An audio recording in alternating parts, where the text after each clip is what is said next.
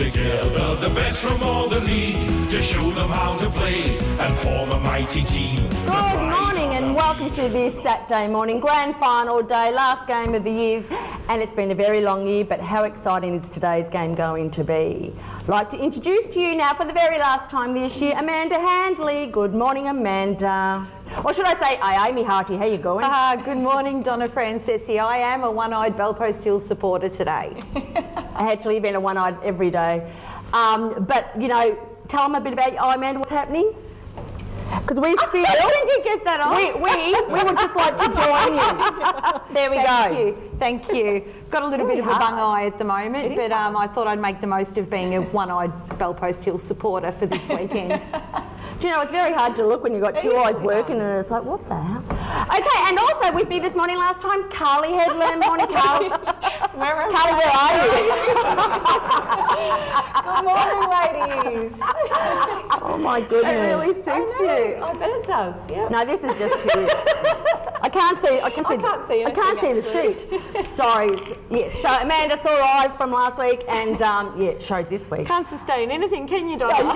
No, we can't. Okay, so now we are going to go into, what, the interview? I think last month. When did we do it? The interview with Noni McClure, and it was at the Margaret Webb Medal. Interviewed her, winner of the Margaret Webb Medal. Here's Noni McClure. Congratulations. Thank you very much.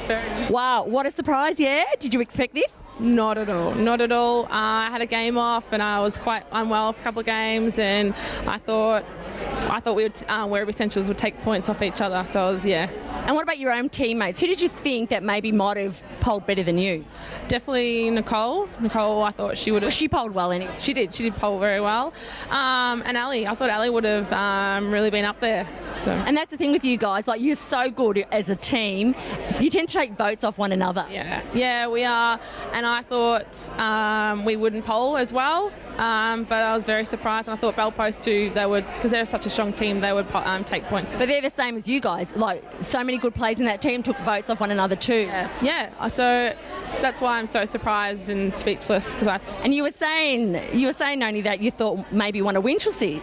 I did. I think Winchelsea the whole year are dark horses, so very surprised that they, surprising that they didn't take this away, but they did very well in the votes. So. But you can't take it away from yourself, Noni. Like, you have played an excellent season. You've kept that defence up there with Amanda as well. Like, you're just a strong outfit through and through. Yeah, I'm very lucky to have Amanda, Mel Jecker, and Nicole in our defence. So I'm supportive. Being supported by a strong defence helps as well. Do you think it helps to play with one another over a period of a long time to be able to achieve this?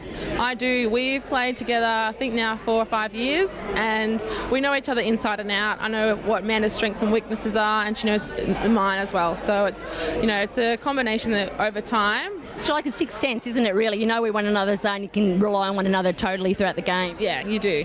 So yeah, very good. And this weekend coming grand final, not going to do anything different, obviously, but play your own game. You know what you're going to do. Think you're going to win? Yeah. Game change. No game change. We're going in the same game plan. I think we will win, only based on performances. Yeah. Well, I think it's going to be a very close game. And as I said, congratulations tonight. You so deserved it, Noni. Well done. Thank you very much. Thank you. Thank you so much, Noni, for that. Now, we're going to discuss last week's game, which was between Bellpost Hill and Winchelsea, which we thought would have been maybe a bit of a nail-biter. Really wasn't. 55, 27, 28 goals, girls. Donna, you thought it was going to be a nail-biter. I knew Bellpost Hill were going to win convincingly. Of course you did, Amanda, because you know all. Yeah.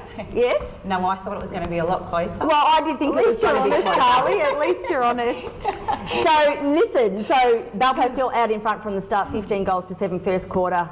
Yep. I think might have shocked Winchelsea. Definitely. Do you think? And I think it put them into panic mode, and I think that's why they made so many changes, that I think they got a little bit lost in the game and panicked a little bit.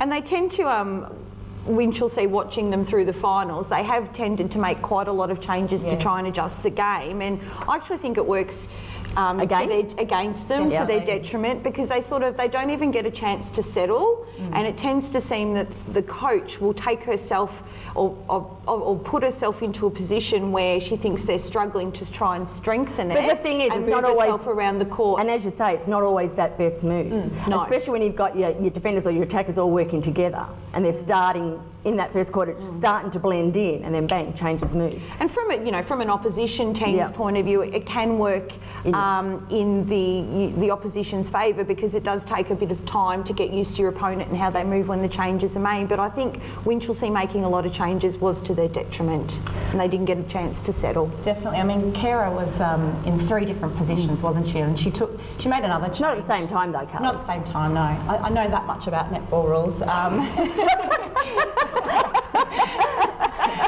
But she did make another change, and she had to come off the court because she'd made too many changes. Yeah, that was the last quarter, which was the wasn't it? last quarter. Yeah. So I think they got really rattled with all those changes. Well, I mean, the second, 11-9 going into the third, and then the last quarter, like 15-5, like big difference. Yeah. Yeah, and I think the thing is with Winchelsea too, they lost heart.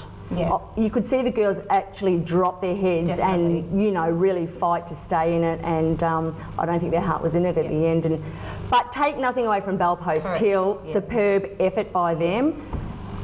Their flow down the court on Saturday, their passes, absolutely everywhere that they delivered came off, and it was just a superb game from Bellpost Hill. Yeah. So you just think today, in today's game, the grand final, you just hope that Bellpost Hill brings that game today. Yep. Amanda, you're in the know. You're in the know, Amanda. You girls you know everything, so yeah. No, We learn from the best, Amanda.